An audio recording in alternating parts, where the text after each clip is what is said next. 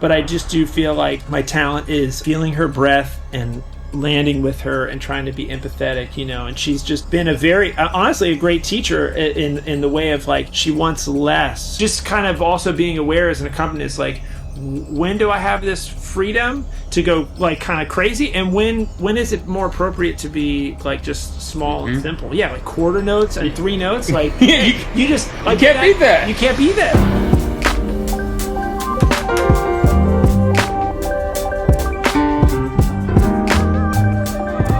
Alex, man, thank you so much for being here, bro. Thanks for having me. We didn't coordinate the wardrobe, but this is a standard, like, you know, gigging musician wear, you know. Yeah, that's right. This is like our PJs, you know. We're just in this all the time. We wake up like this. Honestly, yeah, ready to go. Alex Smith is Lady Gaga's accompanist and arranger. Is that right? When she does her jazz show, there's a residency in Las Vegas at the Park MGM Hotel. Do you guys perform? Do you do the jazz show elsewhere, or? Yeah, just sometimes we'll do one-off and different shows that come up, you know. Yeah. Got you. Okay. Yeah, so I'm in New York City. Alex lives here. I'm playing with Leslie Odom tonight in Central Park, and you know, and I just we've been threatening to do this for such a long time. So again, thank you for agreeing to do this, man. We got the fuel that we need, you know. So absolutely. So let's just get right into it, man. So I was telling you about this Reharm Game thing that these videos that I have, and this system that I came up with, and I'm just curious to know, you know, what you would do with it, or how you know, and I want to ask you how you think about reharmonization or harmonizing anything, and how when it comes to arranging, especially Gaga's material, you know, different. So before we get into that, I came up with these little 5, you know, simple rules to immediately, if anyone knows nothing about reharmonization, but they know some theory, you know, for them to be able to immediately go into something. So let's just say we have a C triad, right? Okay. So this first reharm rule for the major triads is the 4 in the bass. Got it.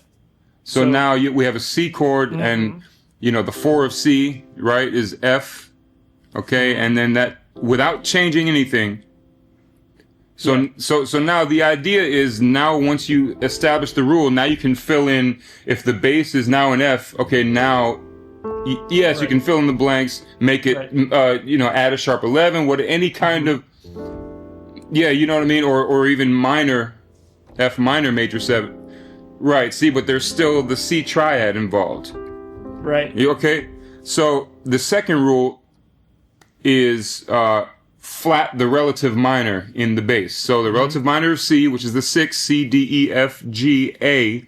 So that means we have A, right, now A flat in the bass. Right. You know, so that's your major, A flat major 7 sharp 5, but you don't need to know that. You just need to know that there's a C, and in your left hand you go to the 6 and flat it. And that's how we get this sound, right? So the third rule is the relative minor, which we just established. Right. A minor. The fourth rule is relative major dominant. So if our root, we're playing C major, but if our root were to be C minor, just go to the relative major, which is E flat. In the key of E flat major, E flat F, G, A flat, B flat, C. That's the relative minor. C is the relative minor of E flat. So that means relative major dominant. So a minor third up from C is E flat. Right. So play an E flat dominant. Yep. With the C triad. With the C triad. Oh, okay. So you're kind of putting that in there. Right. So E flat 13, flat 9 is what we have. Right. But again, you don't need to know that. You just need to know you got a C triad, and in your left hand you go up a minor third and play a dominant shape, you know, dominant 7 shape. And I'll do a video about this too, but about the left hand shell voicings 1 5 7, you know, or 1 3 7. But in this case, let's play 1 5 flat 7. Yeah. And then you got C triad. Right? So that's okay. So that's how you get there. So the last rule is a step down dominant 7. So in the key of C, 1 step, not a half step, but 1 step is B flat. So what if you were to play same thing, B flat dominant shell, Sure. Right? Yep. So with just that, maybe if you're doing a 2-5-1 in C, instead of C, maybe pick any one of these, right, rules to end on. And then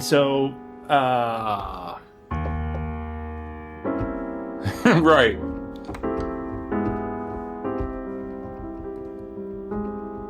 Right. What do we got here? We've got the B flat one, which kind of relates to the F minor one if you did that one, right? Right. Yeah. You see, so it's just an instant way to just go to different, So now let's look at the minor triads. So for C minor, the rules are almost identical. So if you put the 4 in the bass of F, C minor, right? You got F minor, right? And then fill in the blanks. Flat the relative minor in the bass for C minor. So flat the relative minor in the bass. So we got like A flat, you mean? Okay, I got you. But this time, since it's C minor, you got the actual A flat instead of the A flat sharp 5, right? Sure. Following along, and I, you'll see this rapid reharm rules on the screen, and I'm gonna leave a free download link so you can just check this out for yourself and have it at your disposal. So that's how we get the A flat major 7 off of C minor. You just go to the relative minor of C, which is A, you flat it and play a C minor. And then relative minor in the bass. Relative minor of C on C minor. It was what? So I see here you've got the A, making it A half diminished, basically. Yeah. Right, so C minor with the C's relative minor in the bass. Right, sure. Okay, and then... just an aside, too. Tell me. If you ever look at old sheet music, they didn't really have a concept of the A half diminished. I don't know if you ever check that out, but sometimes you'll see, it'll just say C minor 6 over A. Like if you look at like the old ukulele chart, like let's say you got like a standard from the 30s, now we think like A half diminished to D7, maybe to G minor, like something like that. You used to see like in these old charts or even old big band charts, C minor 6 over A, because they're thinking of it still as a C minor, and then D7. And then, so it's an interesting, you might encounter it on old music. Like if you look at the original sheet music of like a Cole Porter song or big band stuff. So that one really relates, Yeah, no, and that's brilliant because that goes into like, the Barry Harris school of thought. That's what he says about there are no minor 7 flat 5s, only minor 6 chords with the 6 in the bass. With the 6 in the bass. Which is which is exactly like that's how they saw it, So old big band charts too, because I would have to, if it's a fast chart, you're looking at it like, wait, what is this? And then I had to sort of translate. So we sort of a modern way of approach was this calling it a half diminished, which is just, I think probably only about 50 years old, but like for cats like Barry Harris, that's not how they saw it. Yeah. So no, I love that. That's brilliant. Yeah. That's brilliant. And then, so again, rule number 4 is relative major. Sure. And that's the easiest one. That's how you get, your 6th sound. Right? And then, again, step down dominant, but this time sus. Sure. So step down from C minor. That's where you get that. Yeah. Right? So now, so with all of these rules combined, and I'm going to leave it up here for you so you can see. I want you to just... What would be maybe let's take Autumn Leaves, let's say. Okay. Right, and see how we can just apply just at random, any of these rules. So okay, should I do it? What would you think? What would you say? One thing about like reharms, it sort of depends on the situation, right? So like sometimes you throw the kitchen sink at it, right? Like the kitchen sink approach, like every chord you're gonna do something different. Sometimes it's great for intros, or with a more open-minded situation, Sometimes you just pick your spots. So on this one, how do you feel? Like, should I just pick my spots? Like, and actually, that's a great point because if you saw my pro Reharm Games video, I talked about the same thing, just, choosing wisely and being very intentional about, which which chords throughout the song to change, if you're going to make any change at all. You know, it really, with great power comes great responsibility. It's fantastic to have all this knowledge at our disposal and in an instant, you know, but we have to, you know, zoom out really and look at the overall picture, you know, and say, okay, what is the most responsible move here? What would be the most maximum value change that I could do if I'm going to change one chord, let's say. Right. What's the maximum value as far as, you know, and right, or what would you say about that? Well, I think that's good. And if you don't mind me take it, because Please. We're doing this in the morning, so it's not the best time for my brain to work, but I love, Chris, your quote here at the top, protect the melody and serve the moment. I think that's because I think that's one thing that has, really taught me a lot. Sometimes there's a desire to just throw everything at whatever you do, and it's almost sort of an ego thing, you know, but, I think the accompanists that I enjoy the most, they, like you say, pick the moment, but they're also very true to the melody. And just an aside, for the jazz stuff, you know, Lady Gaga's taught me a lot to be an accompanist. And the one thing she always has told me, which it's really helped me grow as a musician, she always wants less. So she doesn't want me to, like, you know, if we do this song, let's do it in the key of E flat or whatever. Okay. You know, she wouldn't want me to be like, you know, like whatever, you know, just fill up every moment, you know, cause she's going to sing the melody. And so I will pick my spots, you know, for her especially. And starting with less actually makes you try to take out the, you know, the superfluous stuff and just go with what's most necessary. But I love this protect the melody because I really feel like it's important. If I'm reharming something, I've got to really pay attention to the melody. So the melody at the beginning, and then it's a pattern, right? Right. So in the melody, this moment, is kind of like, it's moving to something and it lands on that, right? So maybe that's a good spot, you know, to do, and using one of these tools. So the chord here in this key, we're in the key of, C minor or E flat. The first chord is an F minor. Okay. It sounds nice already, but let's go with one of your plans here. So a fourth away could be, like the B flat, right? Making it. Yep. So a sus is always a possibility, you know. The relative minor would be like a D. Mm-hmm. So a half diminished is kind of a nice sound.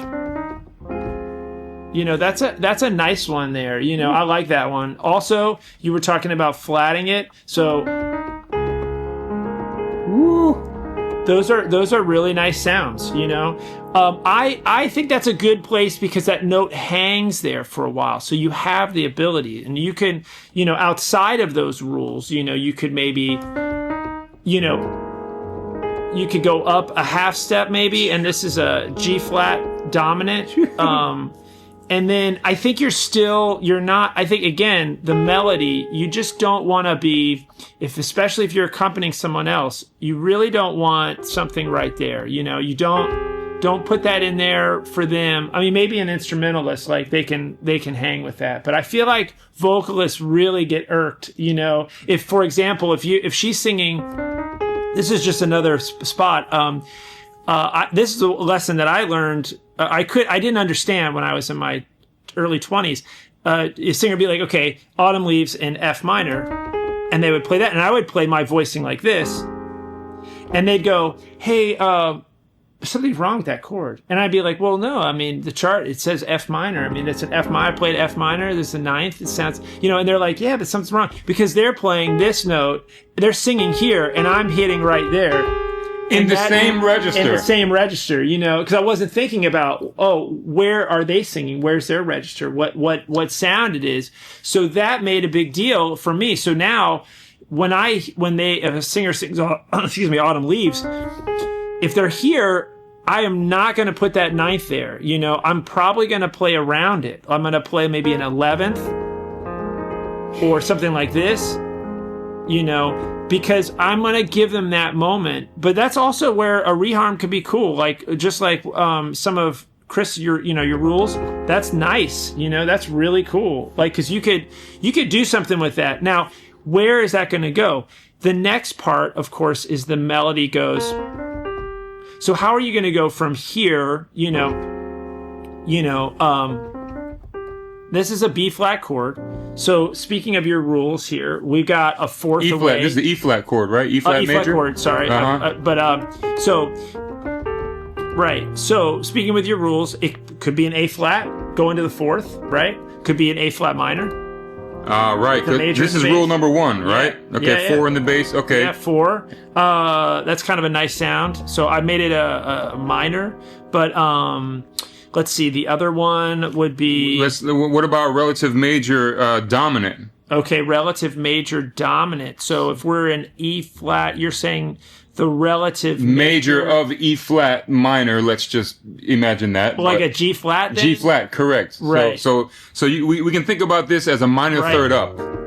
Like something like that kind of sound. Yes. Yeah. So that's cool. These are some a little more little more intense, maybe. Yeah. Right for the moment, but. And so I guess if we're putting together with these great like suggestions, like how are we gonna shift? So I'll pick one of those first examples for this one. That's kind of a nice one.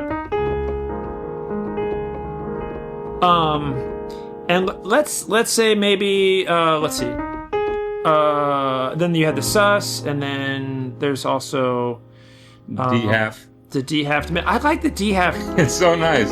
Like, what if we put that ninth in there? Oh, ninth. Oh, that's nice. So, as long as you don't do it when they're on this note, but like,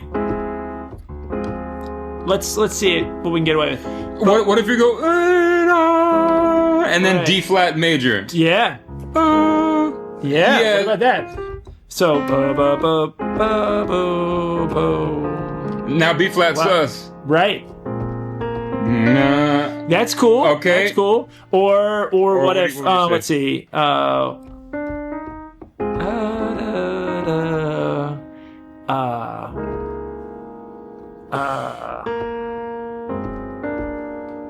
Now I do this. This is sometimes this is one I do. If it goes on a third, like instead of this, sometimes I like to go up a half step and make it a sharp 9. You know, so like I don't know. That could be. And what if we made this like a, and then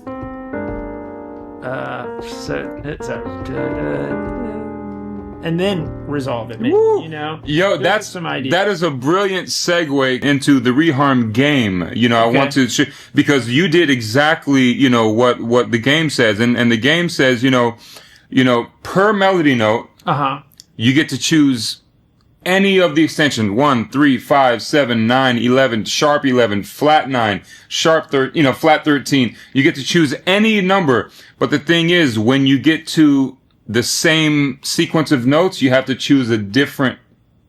Like, for example, on Look at Me, we can say this is the 1. Mm-hmm. And we can say this is the 3. Yep, here, jump over. Yeah, you say this is the 1, 3, 7. So 1, 3, 7. That's built in to the tune automatically. Right. But if we were to say, okay, I want, 11, and I want sharp 9, which is what you did. Now I want 11. So 11, sharp 9, 11. Mm-hmm. So the 11 or the 4 is B flat. So B flat is the 11 of what chord? That's what we have to, that's the work to be done to really get this Reharm game under your belt. So the 11, so B flat is the 4 of F, right? So now, so that means look is F minor 11 and G is the sharp 9 of E. So now we said 11, sharp 9, 11 again. So 11, so D is the 4 of A. So we got. Oh, nice. I'm gonna play A minor 11. So we got. Nice. Beautiful. You know, so that being said, you know, now what if you were to, you know, do that same thing but on Autumn Leaves, you know, or actually let's pivot to Misty real quick. Okay. Because the only stipulation is that whenever we get to the next time it gets here, on my own, second verse, you know, it can't be 11 sharp 9 11 again. Now we have to figure out. Now we can just decide at random. So what if you just pick three different extensions? Oh, okay. Just at random, just like 9, yes. 13, 9, 13, and 11. And 11. Okay, great. Or I guess this one ended on 11, so do something different on this Yeah, one? that's right. You can't. So, we already did 11 for the last. 9, 13, and Just at random. Just third. Third. Okay, great. So the rule is what? 9. So let's quickly analyze this. B flat is the 9 of what? A flat. G, what'd you say? 13. 13, that's the 6. And so G is the 6 of B flat. Right. Right? So just anytime you get to 13 or 6, just think a minor third up. So B flat. And then you said third, yes. Right, so that'll be also B flat. Okay, that'd be interesting. All right, let's see what if we make it like a voicings. B minor? What if we make it like a minor third, right? Minor third. See, there you go. So 9. Okay, so just simply to get the sound in my head. So like a major, of course, would be here. So 9, and then we said 13. So, and then the third maybe. Woo. So those are some interesting sounds. I mean. I just am curious to hear like what all those sounds like. Like a minor 9. And then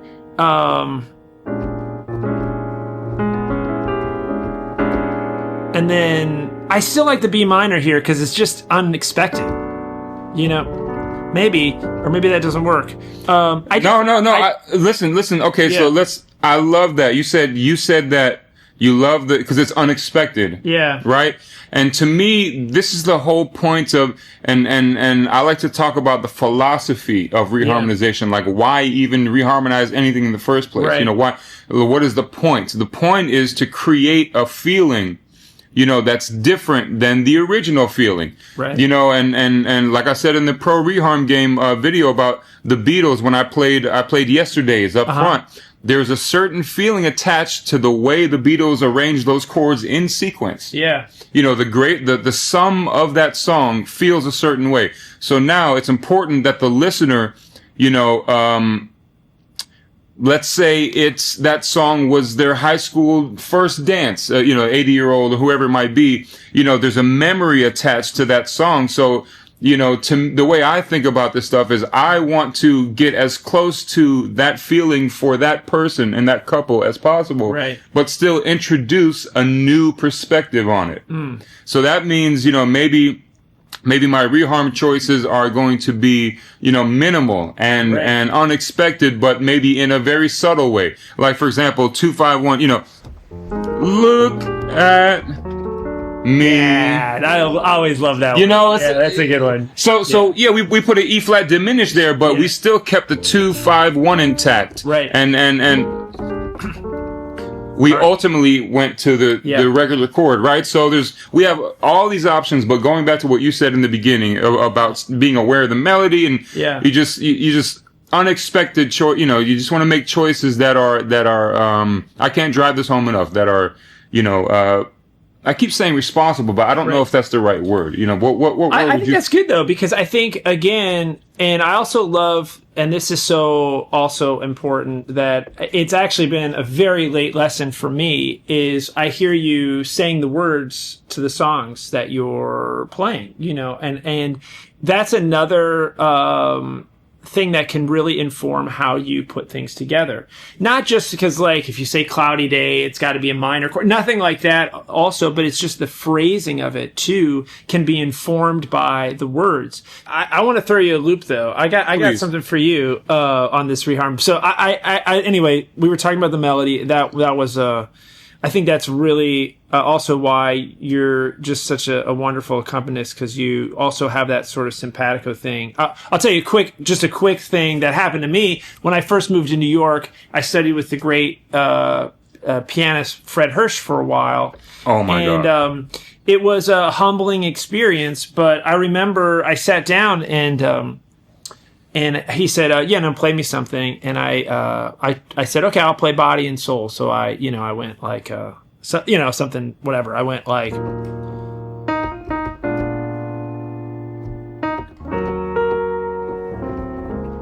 And he goes, "Stop! I'm going to stop you right there." He goes, "Do you know the words to this song?"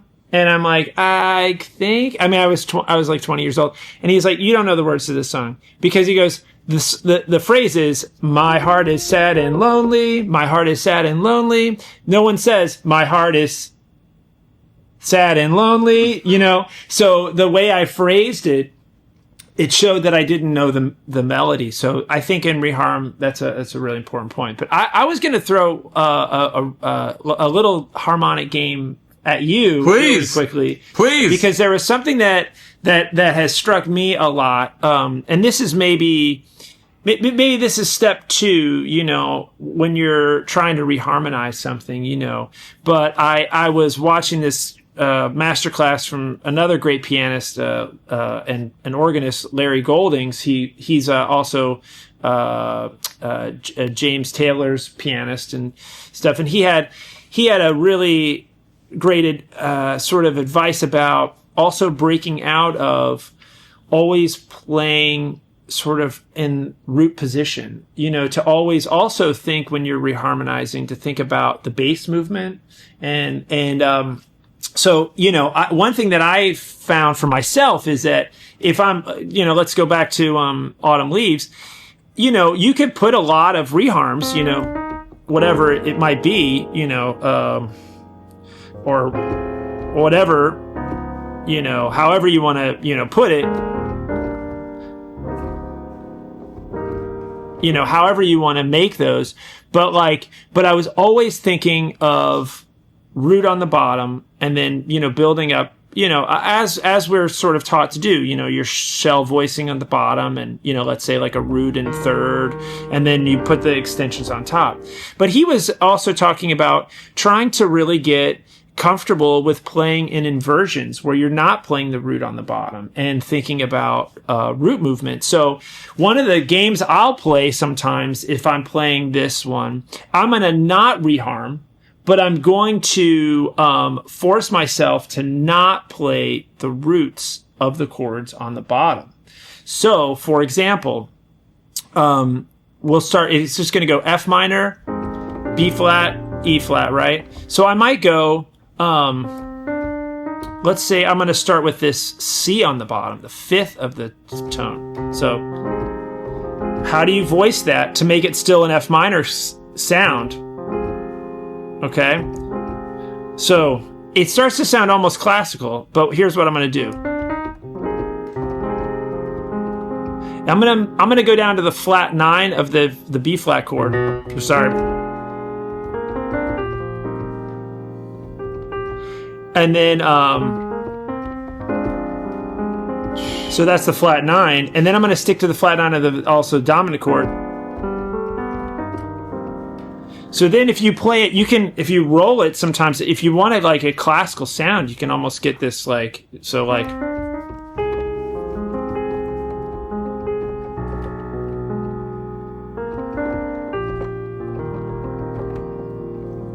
going to keep going down, or I can go up, but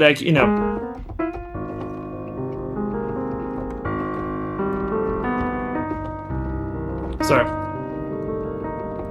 So it just gets me out of my head of always doing that, of always playing, but I'm thinking, and I could do it in different ways. So so this becomes the 7th of the B flat chord. And then also, this will sound a little weird. There's an A flat chord that's supposed to be in the middle, and then maybe I go down to the 3rd. And then this becomes the 7th. Wow. So it really kind of frees me from always thinking root on the bottom, but I can go in a lot of different directions. You could keep going up. I was kind of moving down, but you could even start on the 7th. This is kind of a nice sound. And I'm going to move up this way. I'm going to go to the 5th of the B flat. And I'm not going to go up to the root here on the A flat. I'm going to just, even though it sounds a little funky. And then I'm going to stick to the the flat 9. Oh, because you're on the 7th now. Yeah, wow, C minor 7, but you're on the 7th. Oh, and the bass. So wow. I'm just kind of, I'm trying to think like a bass player, you know, and I'm moving up or down, and I'm just, the game that I'm playing is I'm forcing myself to never play roots. So you get stuck sometimes. You know, you'll play like 7th on a major chord, and so you have to be a little bit creative. You know, so if I'm on an E flat chord here, and there is going to be that thing happening sometimes, you know, where the root, but it's a way in which I've found that, if you try the reharm and a lot of the stuff that what you're talking about, and then sometimes just if you want a more simple moment, you know, you can still create interest by just having maybe a bass that walks down, but doesn't necessarily play the actual bass notes. Bass notes, right. So you're combining, the different chord choices with the root movement intentionally going in one direction. Yeah. And then include your inner voice movement. Wow, that's okay. Thank you. That's wow. I'm going to practice that. Now let me ask you this. Now, how much of that is inside of, you know, you're arranging for Gaga? What sort of, you know, tunes are you guys doing that, you know, that you made arrangements on, and just tell me about it, just in general, you know, like.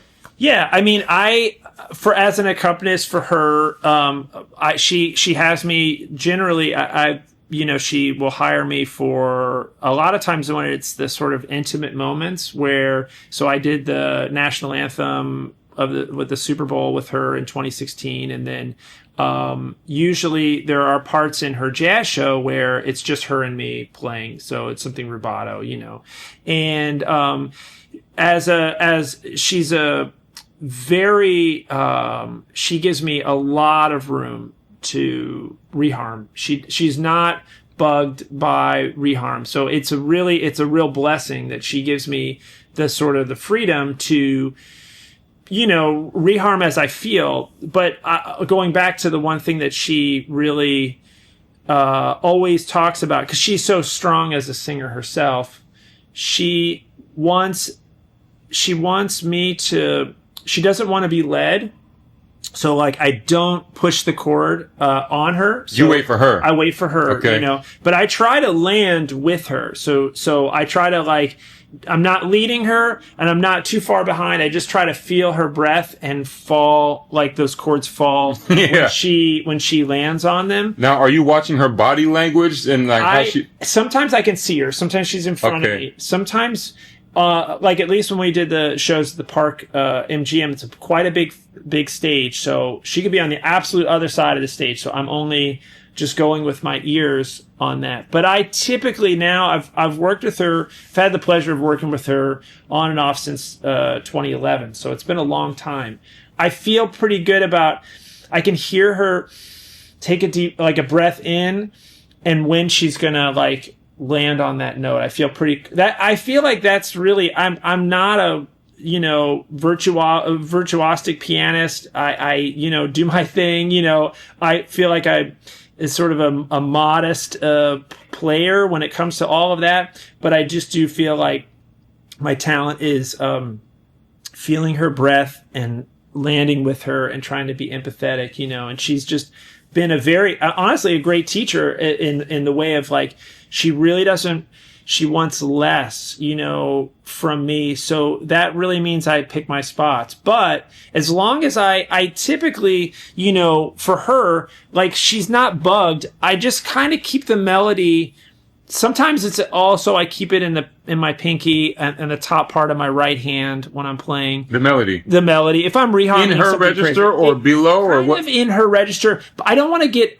You got to be really careful because you don't want to be like messing. Like giving them the melody while they're playing. You know what I mean? Right. But if I do something out a little bit, I'll usually throw it on, and if I can time it right, then it works, So like, one thing that we do is, we'll do, she'll do, Fly Me to the Moon, as a ballad, rubato, and that's a tribute to Tony Bennett, because Tony, one of the most magical situations I ever saw was Tony, at Radio City Hall. He put the mic down on the piano, walked out, his guitarist came behind him, and he sang Fly Me to the Moon as a ballad, no mic, you could hear it all the way to the back of the room, and unbelievable. So my God. She was, I think, inspired by that, and so we kind of do something like that, an homage to Tony that way. But she gives me room, and I usually just pick my spots, and I kind of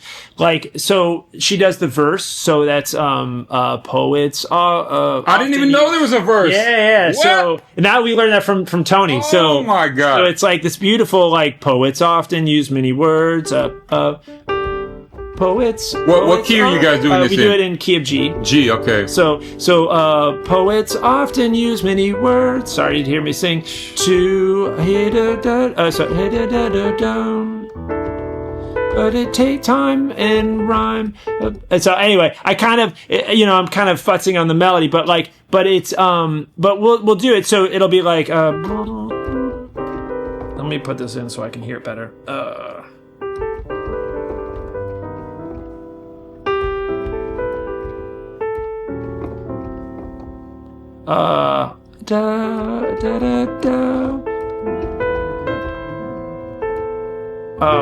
Sorry.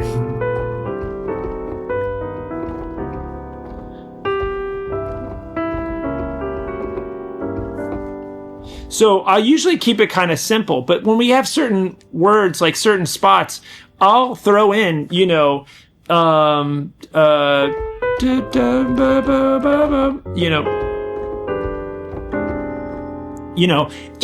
that will like sort of, make it sound nice for the moment. I'm sorry, I'm kind of just trying to remember it a bit, but it's, but when I get to things that are going to be outside the chord, so this part, it's really a 2,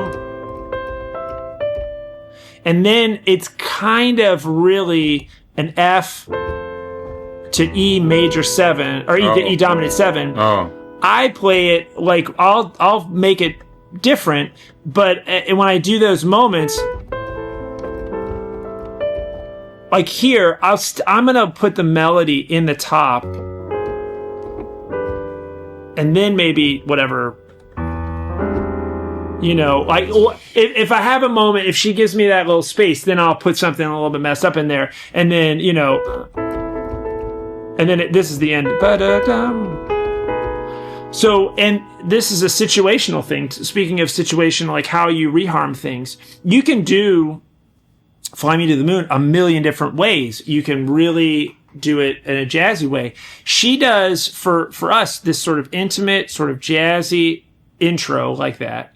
But then when she gets to Fly Me to the Moon, you can check it out on YouTube. There's some live videos of it. She'll do it almost like a operatic, or almost like it's real big, almost very theatrical, So in that moment, like what I'll do is something like try to replicate that in my accompaniment. So sometimes it always has to shift, like I might go from the intro and play different kind of harmonies and a lot of the things that you talk about in your sort of rules to reharm, all those cool color tones and different ideas. And then when it gets to that part, because she's singing she's fly me to, it's like this kind of thing, I'll sort of like match that in a sort of operatic, or whatever, like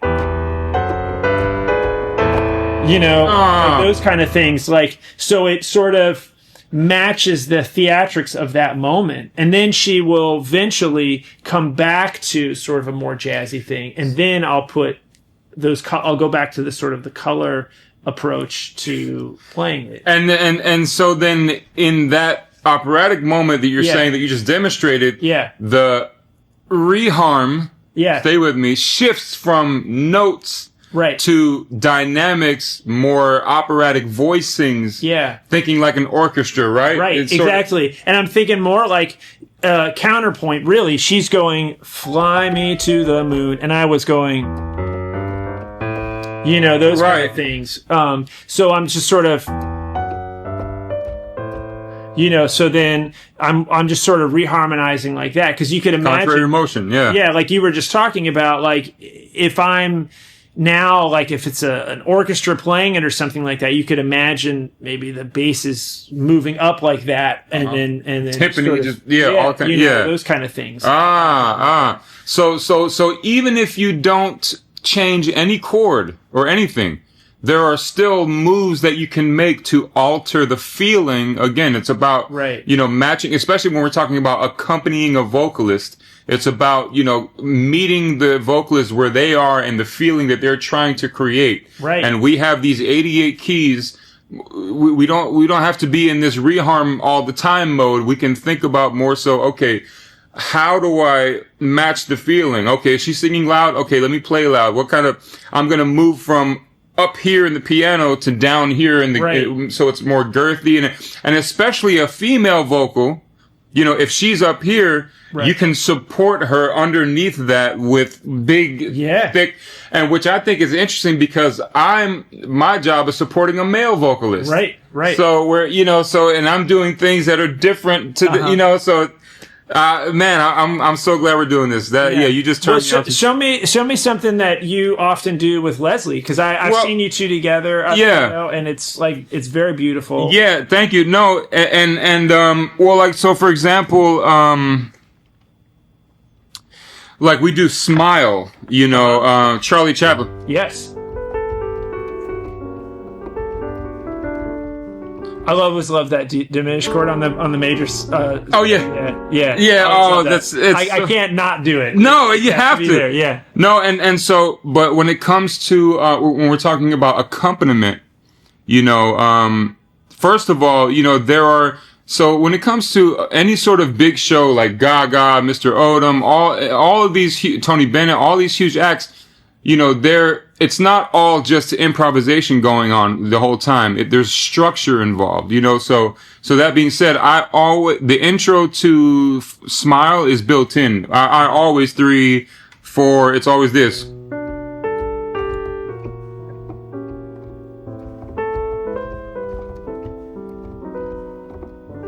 Like that's an intro that I built in. And I memorized it because the orchestrator who his name is Bill Elliott out of Boston, great, brilliant, he arranged the strings to those specific voicings, so I better not play anything else because it's going to clash with the orchestra. Right, so that's just a note about that. But my point is, when it comes to accompaniment and supporting him in his register, Smile, this is where he starts. So,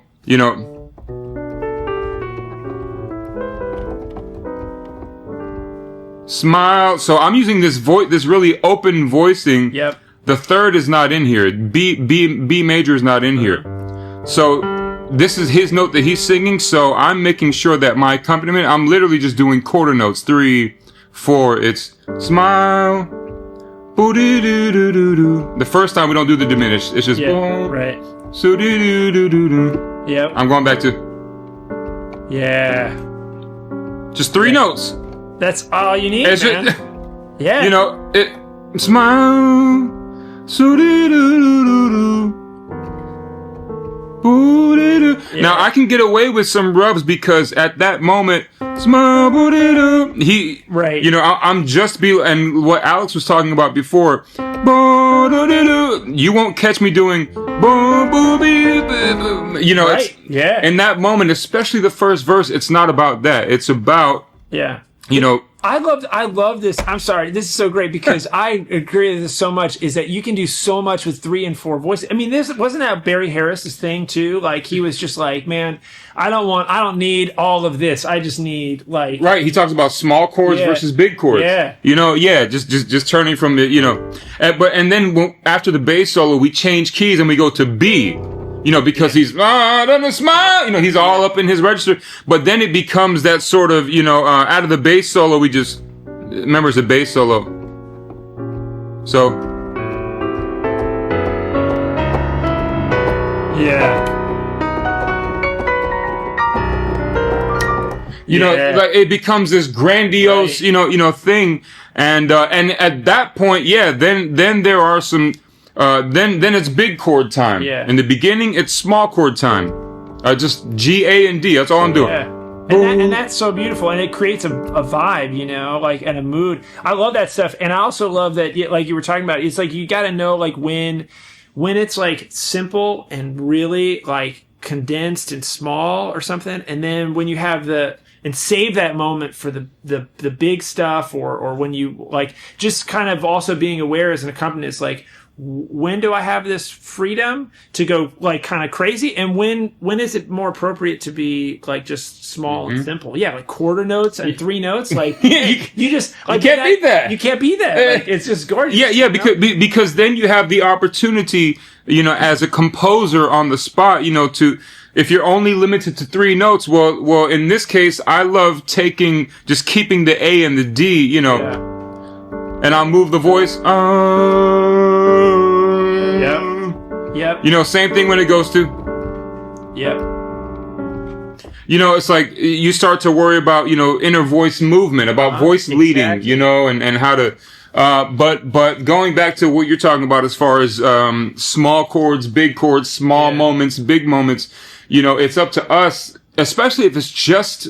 For example, if it's just duo, I know a lot of you watching, you know, maybe you're playing a bar gig where it's just you and a singer, and you know, it's like it's up to you to create those moments of contrast, and the only way for there to be contrast is if you go, when it's time to get small, you go really small. Yeah. I like, every time I teach, I like to talk about this concept of blooming the flower. Think about a tulip when it's born. It's closed like this. Yeah. By the time it's open, it's all, you know what I mean? But I love that. Right. So when it comes to this, here's your 3 notes. You know what I mean? You know, and if let's say the flower is opening just a little bit, maybe it's, you know, right. Maybe it's a major 6 chord. Right. You know, and then now maybe what if it's all open? Now we're talking about.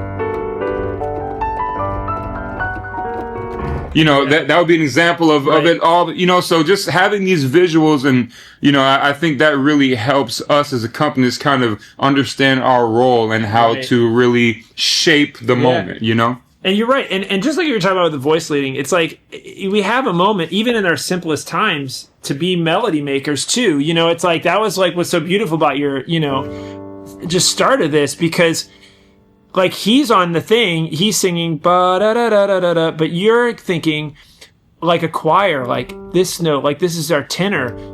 Bum bum bum. You know, like those kind of things where it's like you're adding, like you're the cello, you're the tenor voice, you know, and it's like cello. It's like it's so gorgeous, you know. It's because I think that's what we want to just get out of as accompanists, is we're not just like, oh, G chord, and then, you know, it's not like we're just, you know, it's not just like a solid.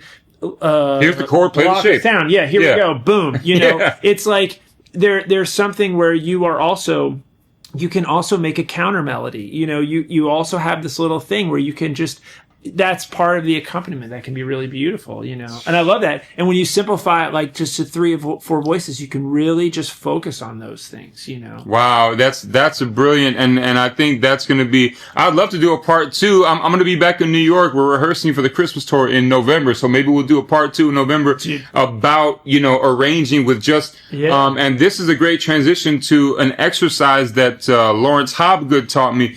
There's a jazz singer named Kurt Elling. If you've ever heard of Kurt Elling, Laurence Hobgood was his main collaborator, and they have Grammys together. But to me, he's one of the greatest piano players of our generation, is living, you know, under the radar.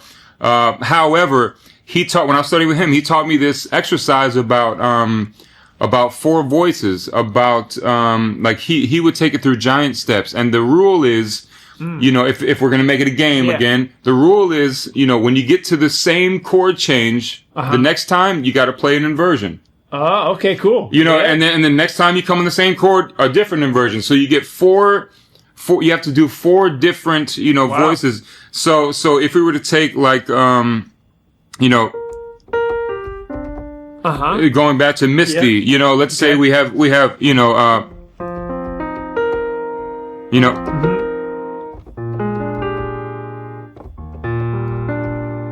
right, versus, you know, and so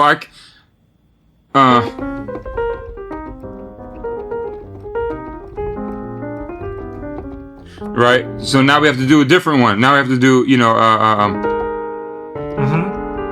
you know, right. And that's kind of what we were talking about before with the other inversions, like, you know, like that kind of thing. That's right. And so imagine including, you know, your game with the 4-note thing about even, it doesn't matter, like you can say, I'm not going to play the root on the one chord. I'm going to make it, you know, so there's just so many different ways to get your mind wrapped around this. You know, again, my whole goal for this video and you watching this video is to be able to just, for this thing to help you, like, break any sort of, you know, cause, I know me, I don't know about you, but, a lot of times I feel like I'm just playing the same old voice and I get tired of it, you know, like, what are they, all the time? Okay, I'm glad I'm not alone. No. You know, what are the ways that we can break out of these things? You know, like, there's formulas, there's games, you know, you just make a rule for yourself. You know, if you're playing at church or whatever, it's the same old song, just say, you know what? When it gets to this particular point, I'm going to play a different voicing. I don't know but just start small and this is how you break free from any sort of, you know, just playing by rote or muscle memory or, you know, whatever. Yeah. So Alex, man, before we go, you know, what would you say would be one of the biggest lessons that you've learned that you can pass on to maybe, there's an accompanist who wants to do what we're doing. Right. You know, and I think about my 20-year-old self in the practice room, you know, wishing that I had YouTube videos like this to, you know, like, what's it like? One day I want to tour and play with orchestras. What, you know, how do I get there? What are the steps? Is there any sort of, advice that you could give? I don't know. I think you've covered so many great points, you know, and I do really love the sort of respect the melody, that kind of thing. I also think that one thing that is helpful is, and, you know, I'm sure you've addressed this too, you know, being able to just be comfortable to play any tune in all 12 keys and think about it and really think about it like, how the harmonies function. Like, you know, I sort of think of songs in the numbers, like you were talking about 2-5-1 to the key of whatever, you know, that way of thinking is great. And I think also, you know, I still do it. It was a lesson that I got from Fred Hirsch, you know, was start with the most simple, like fundamental, like way in which you try to get inside a tune, you know. So if you're learning Autumn Leaves for the first time, you know, like Fred Hirsch would just say, like, just do the melody and just play the root note, you know, just have the skeleton. I say that because I think we just always have a rush to be like, and immediately start reharming on some song. Like, oh, I got to learn this tune, and I'm going to just throw the kitchen sink at it and whatever. But you really want to simplify things down. At least for me, my brain works slowly, I guess, you know, and I just want to, like, you know, learn, and I think this is a late lesson for me, is have the lyrics in front of you. Learn the lyrics. For me, leave the reharm like second to, I know the root movement, I know how this chord functions, I can play the melody and the bass notes in all 12 keys, and I know the lyrics. If you start with that, and then also, like, think situationally sometimes, you know. There's also have you checked out that Richard T video where someone asks him to play Happy Birthday a bunch of different ways? No. Do you know Richard T? Yes, I do, yes. So Richard T is famous pianist who played with Paul Simon and so many people. Amazing pianist and accompanist. And the guy says, play Happy Birthday. And he plays it like 4 or 5 different ways. And he starts, okay, this is a kid's birthday party. And he does the thing. And then he slowly adds more layers of complexity, you know. And what's so, I think, profound about it is, you know, he can see it in the situational. You start with the most simple, and you really have that fundamentals down. You know, he knew the fundamentals of that song. And then he was like, I'll change the meter. I'll make it bluesy. I'll make it more jazzy. I'll throw in all these reharms. So he can start from, let's say, first gear to fifth gear, and he has those different you know, ways in which he can approach a song, you know, like from the most simple to the most advanced. You know, I think we just jump to the most advanced, but sometimes we skip over details. And I think as I'm learning, as someone who's been playing for a long time, it's mostly for me now going back and relearning the things that I tried to learn, like that I didn't learn very efficiently, and just going back to the fundamentals of what are the bass notes, what's the melody, what are the lyrics, and then like how do you play it, like simple and then more advanced, and go from there. Where are the spots where you have the freedom to change things, you know? So really just kind of taking a deep dive into songs. And the more you can like really focus on the fundamentals, the more you'll have under your fingers when you want to be more creative, I think. You know, that's the irony of it, I think. Alex, man, thank you so much. You just dropped so many gems on us, man. And, thank you. Back to the drawing board for me, you know.